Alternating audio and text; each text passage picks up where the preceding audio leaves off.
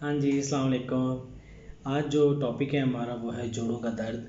और ये इसकी ना तीन चार मैं बुनियादी, वैसे तो इसकी बहुत सारी इकसाम हैं और बहुत सारी वजूहात हैं जोड़ों के दर्द की, लेकिन मैं तीन चार टॉपिक जो हैं वो जो बहुत ज़्यादा कॉमन है आजकल लोगों में, और वो हमारे पास पेशेंट आते हैं इस इन टॉपिक्स पे जो है बहुत ज़्यादा कंप्लेन करते हैं कि कोई कहता है जी मेरे जोड़ों में दर्द इस वजह से है, कोई कहता है इस वजह से है, कोई किस तरह की इलामात ज़ाहिर करता है, कुछ किस तरह के इलामात जो है वो ज़ाहिर करता है।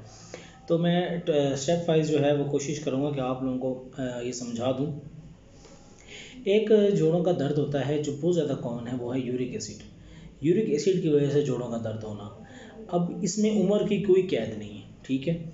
यूरिक एसिड में उम्र की कोई कैद नहीं है। ये हमने 14 साल के बच्चों में भी देखा है, 12 साल के बच्चों में भी देखा है, 72 साल के बाबा में भी देखा है, 72 साल की जो हमारी माएँ हैं, दादियाँ हैं, उनमें भी देखा है। इसके अलावा मिडल एज जो वमेन हैं उनमें भी देखा है। तो यूरिक एसिड के इसमें उम्र की कोई कैद नहीं है, एज रिलेटेड नहीं होता। इसकी जो यूरिक एसिड है ये असल में बनता क्यों है? ये इसलिए बनता है कि हमारी जो किडनी है वो सही तरीके से इसको क्लियर नहीं कर पाती। अब यूरिक एसिड को कन्वर्ट करना होता है यूरिया में, या ऐसे मादे में जो हमारे पखाने या पेशाब के रास्ते में निकल जाए, ठीक है। अगर ये नहीं हमारी किडनी जो है इसको सही तरह से प्योरीफाई कर पाती, तो होता यह है कि बॉडी के अंदर सीरम के अंदर जो हमारा ब्लड है, ब्लड के अंदर यूरिक एसिड का लेवल बढ़ जाता है। यूरिक एसिड का लेवल बढ़ने से इसके जो क्रिस्टल्स होते हैं ये जाके किसी भी जोड़ में जाके फंस जाते हैं। मिसाल के तौर पर सबसे ज़्यादा जो कॉमन इसमें है वो है गाउट। जो हमारा अंगूठा है, पाँव का अंगूठा, वो उसको उसकी जो जॉइंट है अंगूठे का, वहाँ अक्सर पेन होता है ऐसे यूरिक एसिड के पेशेंट्स में। तो उसमें सबसे बुनियादी वजह यही है कि यूरिक एसिड के जो क्रिस्टल हैं वो यूरिन से क्लियर नहीं हो सके और वो जाके अंगूठे में छुप गए हैं। बहुत शदीद पेन होता है इसमें यूरिक एसिड में, और बंदा जो है वो चल नहीं सकता। अब बाज़ औक़ात पाँव के अंगूठे में और पाँव की एड़ी में, जो पाँव की एड़ी होती है पीछे वाली जो जगह होती है, उसमें जो है वो जाके क्रिस्टल जमा हो जाता है। इसके अलावा ये घुटनों में भी इकट्ठा हो जाता है, इसके अलावा कोहनी में, इसके अलावा ये रिस्ट जॉइंट जो है हमारा, इसके अलावा फिंगर्स में यूरिक एसिड या क्रिस्टल जमा होना शुरू हो जाते हैं, जिसकी वजह से बहुत ज़्यादा पेन होता है। अब हमें पता कैसे लगेगा कि आया ये जो किडनी, ये जो जोड़ों का दर्द है ये यूरिक एसिड की वजह से है या किसी और वजह से? इसमें हम क्या करते हैं कि हम ब्लड का टेस्ट देते हैं, यूरिक एसिड का लेवल करा लेते हैं। अगर यूरिक एसिड का लेवल 7 से ऊपर हो तो हम ये डिक्लेयर कर देते हैं कि पेशेंट को यूरिक एसिड हो गया है। अब इसमें ट्रीटमेंट जो है वो डिफरेंट है। अगर तो आपने बचना है यूरिक एसिड से, अक्यूट अटैक से बचना है, तो हम उसमें ज़ाइलोरिक टैबलेट 300 मिलीग्राम वाली या 200 मिलीग्राम वाली ये देते हैं।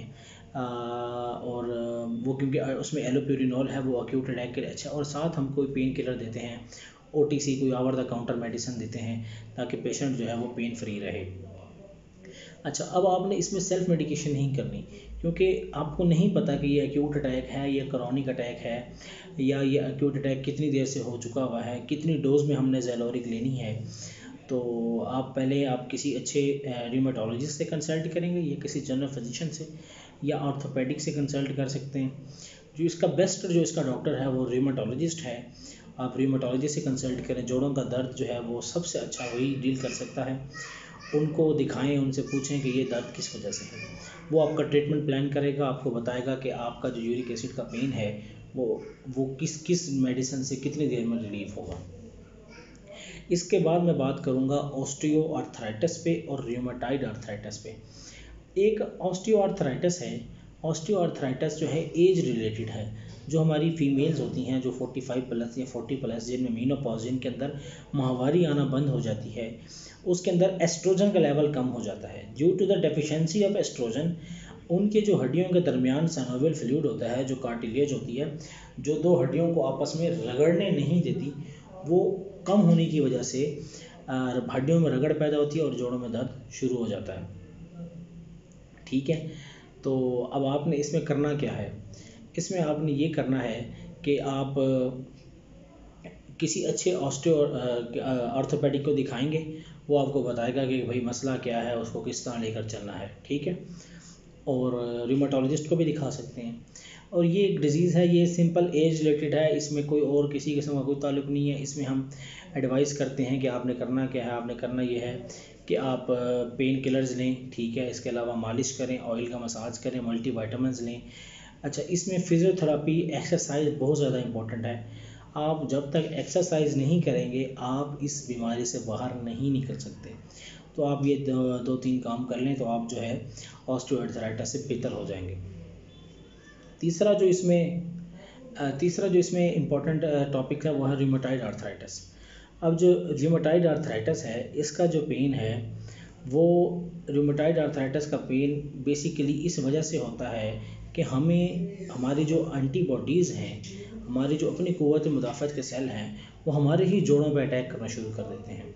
जब हमारे ही सेल हमारे जोड़ों पर अटैक करते हैं तो हमारे जोड़ कमज़ोर पड़ना शुरू हो जाते हैं, सूज जाते हैं, जिसकी वजह से जोड़ों का दर्द शुरू हो जाता है, ठीक है। तो ये एक अलग डिजीज़ है। इसमें हम जब हम अब टेस्ट कराएंगे डायग्नोस करने के लिए तो हम इसमें ASO टाइटर कराएंगे, इसमें हम जो है RH फैक्टर कराएंगे, इसमें हम CRP, D डाइमर्स और ESR, इस तरह के CBC, ये हम टेस्ट कराएंगे। टेस्ट कराने के बाद हम पता लगाएंगे कि जो जोड़ों का दर्द है ये वाकई ही रूमेटॉइड है या कोई और ऑस्टियोआर्थराइटिस है या यूरिक एसिड की वजह से है।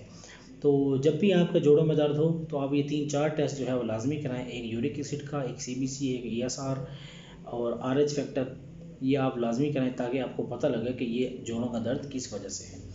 जो जनरल ट्रीटमेंट है सब चीज़ों में, उसमें ये है कि आप प्रोटीन्स जो हैं, ये जितने भी प्रोटीन्स हैं जैसे कि गोश्त, चिकन, मटन या बीफ, ये बिल्कुल बंद कर देंगे। अंडा जो है वो सिर्फ सफ़ेदी खाएंगे, ज़र्दा नहीं खाएंगे, उसकी जो जर्दी है वो नहीं खाएंगे।